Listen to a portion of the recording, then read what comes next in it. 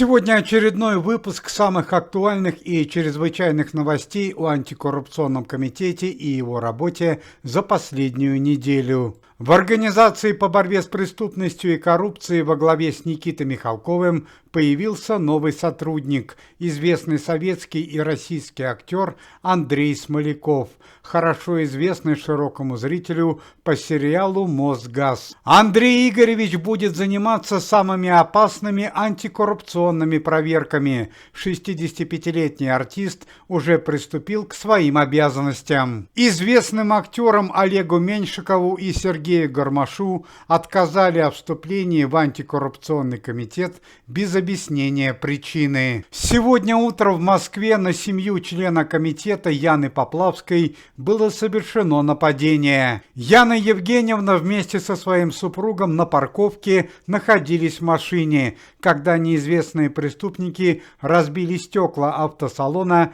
и попытались нанести травмы пассажирам автомобиля. По словам Яны Поплавской, которая не пострадала в результате происшествия, ее мужа Игоря оглушили и попытались похитить ценные вещи и документы из салона автомобиля. Однако в дело вмешалась полиция и смогла задержать преступников по горячим следам. Существует версия, что нападение на Яну Поплавскую может быть связано с ее работой в антикоррупционном комитете. Очередной громкий скандал между актером Дмитрием Певцовым и начальником антикоррупционного комитета Никитой Михалковым. Еще ранее, 3 месяца назад, Дмитрий Певцов был членом антикоррупционного комитета, однако артиста исключили из организации за злоупотребление властью и финансовое мошенничество. Спустя время известный актер вновь попытался вернуться в антикоррупционный комитет,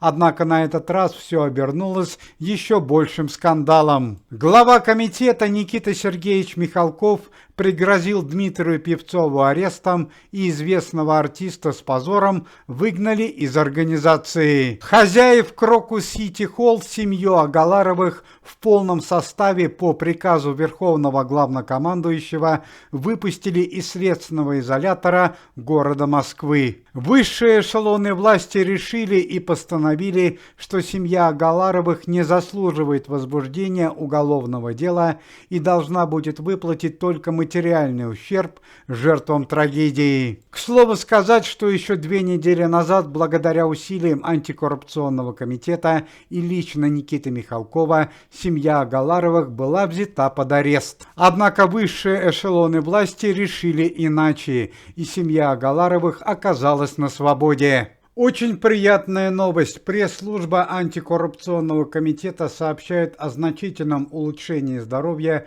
членов организации Льва Валерьяновича Лещенко и Константина Хабенского. Уважаемые зрители, если вы желаете выздоровления членам комитета и поддерживаете их деятельность, то можете поставить лайк под видео и написать поддерживающий комментарий.